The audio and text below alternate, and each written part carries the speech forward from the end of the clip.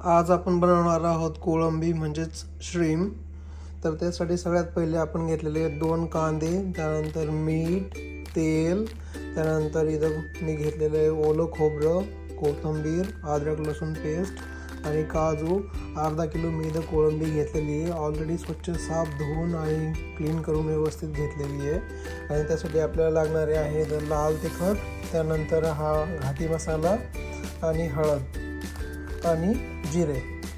तर आता बघूयात आपण रेसिपी कशी बनवायची ते. आणि सर्वात प्रथम आपल्याला जी कोळंबी आहे ते कोळंबीला मीठ आणि हळद लावून घ्यायचं आहे, म्हणजे याच्यामध्ये जे पाणी आहे ऑलरेडी ते एकदम निघून जाईल. एकदम मालवणी पद्धतीमध्ये जसं कोळंबी करतात खोबऱ्यामध्ये, तसं आज आपण बनवणार आहोत. तर इथं सगळ्यात पहिलं जे आपल्याला याच्यामध्ये मी अर्धा चमचा हळद टाकून घेतो आहे. त्यानंतर तसं त्याच्यामध्ये मी लाल तिखट टाकून घेतो आहे. याच्यामध्ये याला एकदम थोडंसं मुरू द्यायचं आहे आणि थोडासा किंचित घाटी मसाला.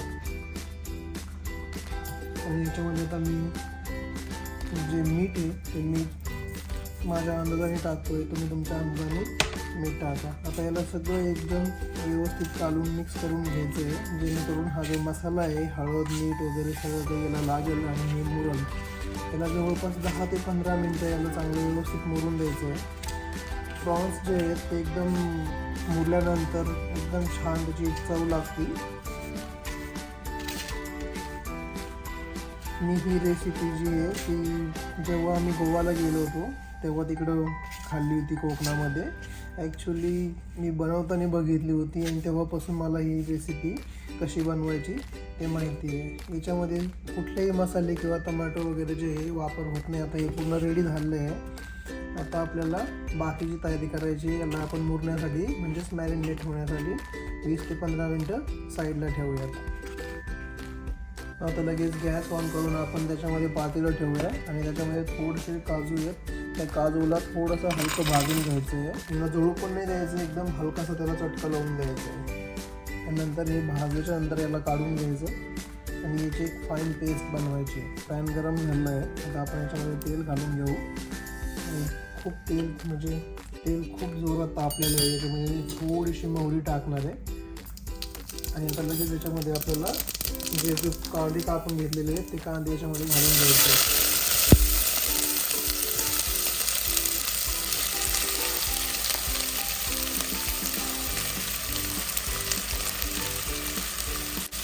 कांद्याला मात्र थोडासा लाल रंग येईपर्यंत आपल्याला व्यवस्थित कांदा भाजून घ्यायचा आहे.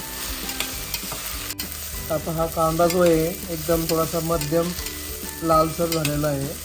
तर त्याच्यामध्ये मी जवळपास 1 कांद्याच्या साईज एवढा कांदा मी मिक्सरच्या भांड्यामध्ये काढून घेणार आहे.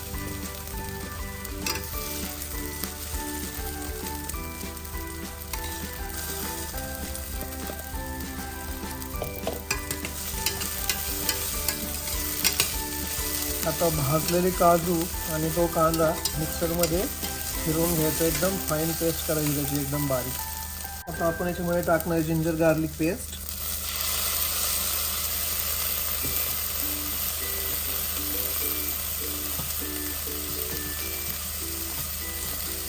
त्यानंतर लाल तिखट, हा घाटी मसाला,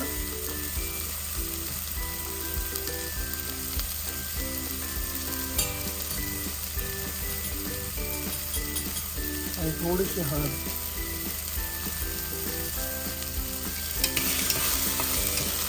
याला व्यवस्थित परतवून घ्यायचं.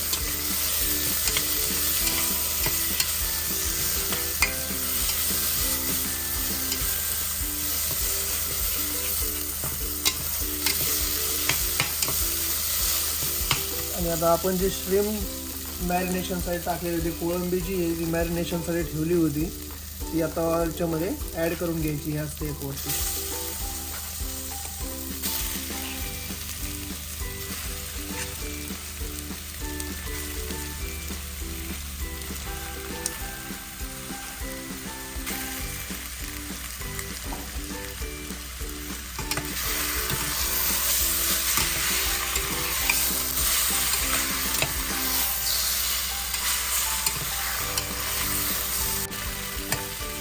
याच्यावरती आपण आता झाकण ठेवून याला एकदम हलक्या गॅसवरती थोडंसं 2 मिनिटापर्यंत दम देऊन घेणार आहे आणि याला ऑटोमॅटिक पाणी सुटेल. 5 मिनिटं झाली आहेत. आता आपण याला उघडून बघू. एकदम हलक्या गॅसवरती मी याला वाफ देऊन घेतली 5 मिनिटापर्यंत.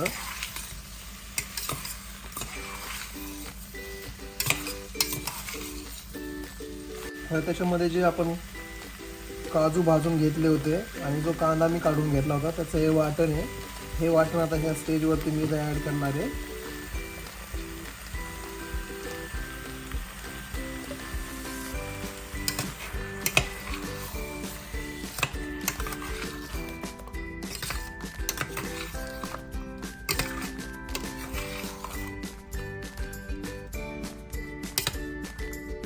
आणि सगळ्यात शेवटीला जे हे मी खोबरं वाटून घेतलं होतं, म्हणजे ओलं खोबरं, ओलं नारळ जे आहे ते ओलं नारळाचं मी इथं पूर्णपणे अशी फाईन पेस्ट करून घेतली होती, म्हणजेच दूध नारळाचं.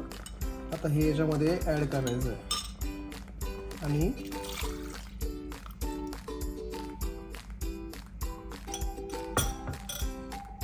त्याला एकदम व्यवस्थित हलवायचं आता आणि गॅस फुल करून आता याच्यावर मी अंदाजानेच मीठ टाकतोय चवीनुसार.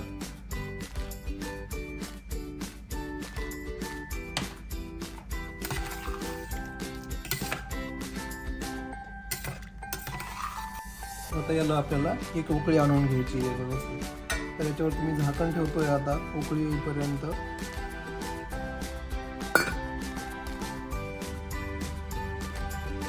आता 5 मिनिटं झाली आहेत. उकळीची वाफ यायला लागली आहे. झाकण काढून बघू. एकदम व्यवस्थित उकळलेलं आहे. मी याच्यामध्ये मसाल्याचे आहेत ते खूप कमी वापरलेले आहेत.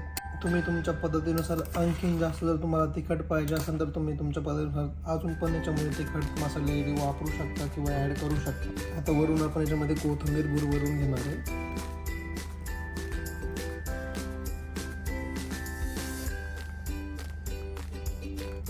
ही आहे कोळंबी खोबरे आणि काजूची आमटी.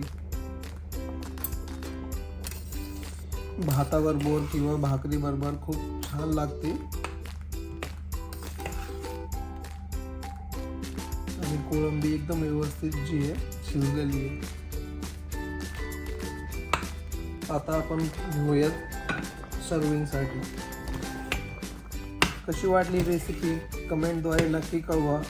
एकदम घरच्या घरी बनवलेली रेसिपी आहे. कुठल्याही प्रकारची वस्तू याच्यामध्ये अशी म्हणजे केमिकल किंवा फूड कलर वगैरे वापरलेला नाही आहे आणि एकदम टेस्टी आहे. रेसिपी नक्की तुम्ही ट्राय करून बघा, मला नक्की आवडेल.